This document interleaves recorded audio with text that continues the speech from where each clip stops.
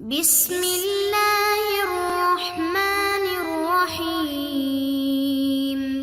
السلام علیکم معزز طلبہ کرام، آپ سب کیسے ہیں؟ آج ہم نور الانوار کے سبق نمبر 94 کو پڑھیں گے، اور آج کے سبق کا عنوان ہے 8 صورتیں۔ آج کے ہمارے سبق کی عبارت وَهَذِهِ الْمَسْأَلَةُ عَلَى ثَمَانِيَةِ أَوْجُهٍ سے شروع ہوتی ہے۔ آئیے سب سے پہلے عبارت پڑھ کے اس کا ترجمہ کرتے ہیں، اس کے بعد باقاعدہ سبق کی وضاحت کی طرف بڑھتے ہیں۔ مصنف علیہ رحمہ لکھتے ہیں وَهَذِهِ الْمَسْأَلَةُ عَلَى ثَمَانِيَةِ أَوْجُهٍ، یہ جو مسئلہ ہے یہ 8 صورتوں پر ہے۔ وَالْمَذْكُورُ فِي الْمَتْنِ وَاحِدٌ مِّنْهَا،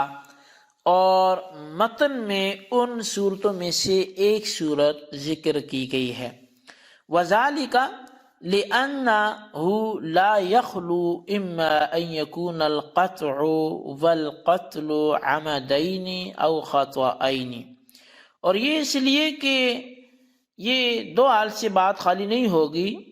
یا تو قطع اور قتل دونوں عمدین ہوں گے یا خطأین ہوں گے، یا جان بوجھ کے ہوں گے یا خطأً ہوں گے۔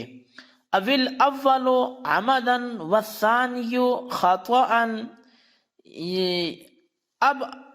یا تو اول عمدن ہوگا اور ثانی خطأً ہوگا، او بالعکس، یا اس کا الٹ ہوگا، اول خطأً ہوگا اور ثانی عمدن ہوگا۔ فہی اربعۃ، تو پس یہ 4 صورتیں بن جائیں گی۔ وعلی کل تقدیر منہا، اب ان میں سے ہر صورت میں اما ان یتخلل بینہما برء او لا، ان دو کے درمیان یا تو صحت مندی یہ متخلل ہوگی یا پھر نہیں ہوگی۔ فإن كان الثانی بعد البرء فہما جنایتان اتفاقا، بس اگر دوسرا یعنی کہ قتل جو ہے وہ صحت مندی کے بعد ہو، تندرستی کے بعد ہو، تو بس یہ 2 جرائم ہوں گے بالاتفاق۔ لا يتداخلان سواء كان عمدین او خطأین، تو یہ آپس میں متداخل نہیں ہوں گے، برابر ہے کہ دونوں عمد ہوں یا دونوں خطأً کیے گئے ہوں۔ او كان احدهما عمدا والآخر خطأً، یا پھر یہ ان میں سے ایک عمدن ہو اور دوسرا خطأً ہو۔ وَإِن كَانَ قَبْلَ الْبُرْءِ فَإِن كَانَ أَحَدُهُمَا عَمَدًا وَالْآخَرُ خَطَأً لَا يَتَدَاخَلَانِ اتفاقاً، اور اگر یہ صحت مندی سے پہلے ہو، تندرستگی سے پہلے ہو، بس اگر ان میں سے ایک عمدن اور دوسرا خطأً ہو تو بالاتفاق یہ پھر بھی متداخل نہیں ہوں گے۔ وَإِن كَانَ خَطَأَيْنِ يَتَدَاخَلَانِ اتِّفَاقًا، اور اگر یہ دونوں خطأً ہوں تو بالاتفاق یہ متداخل ہوں گے۔ وَإِن كَانَ عَمَدَيْنِ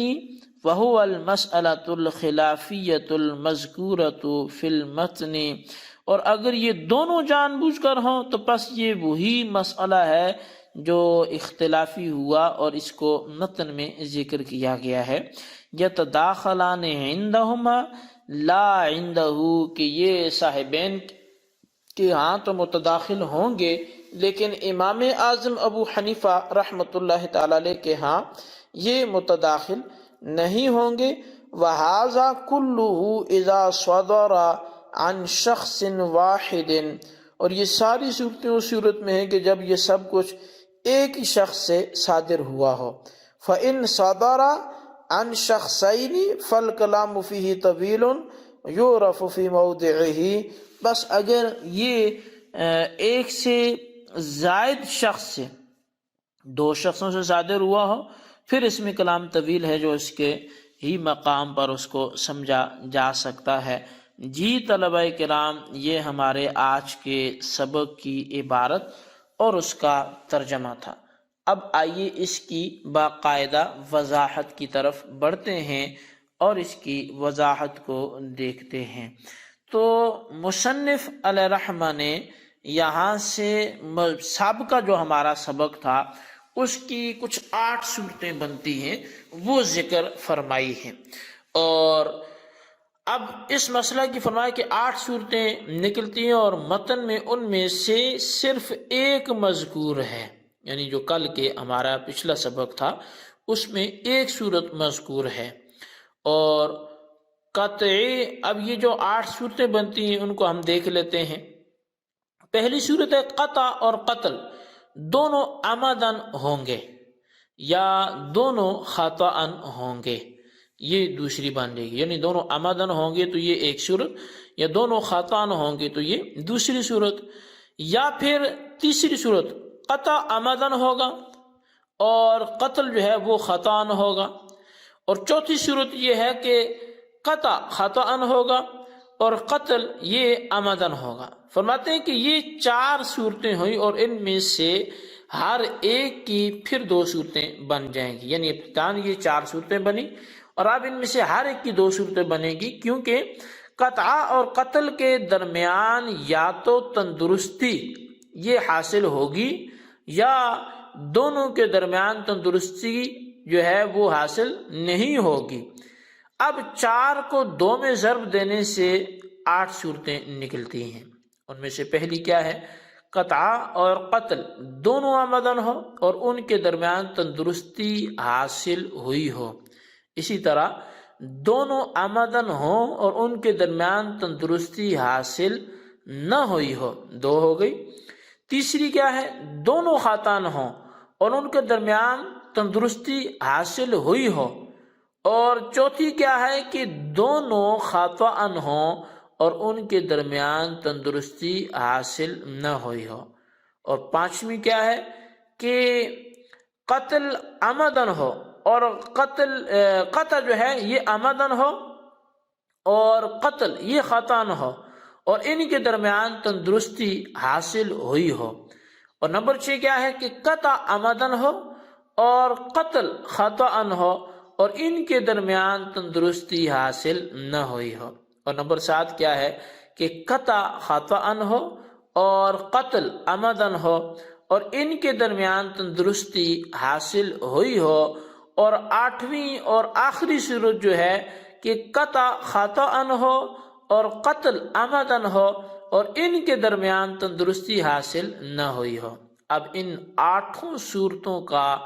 حکم یہ ہے کہ اگر تندرستی حاصل ہونے کے بعد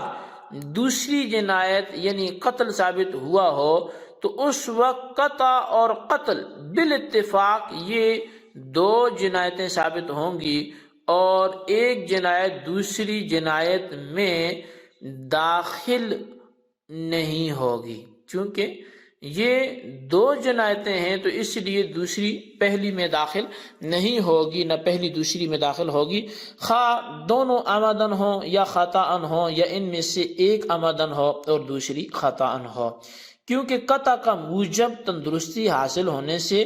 ثابت ہو چکا ہے، لہٰذا قطع اور قتل دونوں میں سے ہر ایک فعل کو مستقل شمار کیا جائے گا اور دونوں فعلوں کا موجب وصول کیا جائے گا۔ چنانچہ اگر دونوں عمدن ہوں تو مقتول کے اولیاء کے لیے جائز ہے کہ وہ پہلے قاتل کا ہاتھ کاٹیں پھر اس کو قتل کر دیں، اور اگر دونوں خطأ ہوں تو قاتل پر 1.5 دیت واجب ہوگی، 1 دیت قتل کی وجہ سے اور آدھی دیت قتل ید کی وجہ سے، یعنی قطع ید کی وجہ سے، اور اگر قطع عمدن ہو اور قتل خطأ ہو تو ہاتھ میں قصاص واجب ہوگا اور قتل نفس میں دیت واجب ہوگی، اور اگر قطع خطأ ہو اور قتل عمدن ہو تو ہاتھ میں نصف دیت واجب ہوگی اور قتل نفس میں پھر قصاص واجب ہوگا، اور اگر تندرستی حاصل ہونے سے پہلے دوسری جنایت یعنی قتل ثابت ہو تو اگر ان میں سے ایک عمدن اور دوسری جنایت خطأ ہو تو اس صورت میں بالاتفاق ایک جنایت دوسری جنایت میں داخل نہ ہوگی، کیونکہ عمدن اور خطأً کے اختلاف کی وجہ سے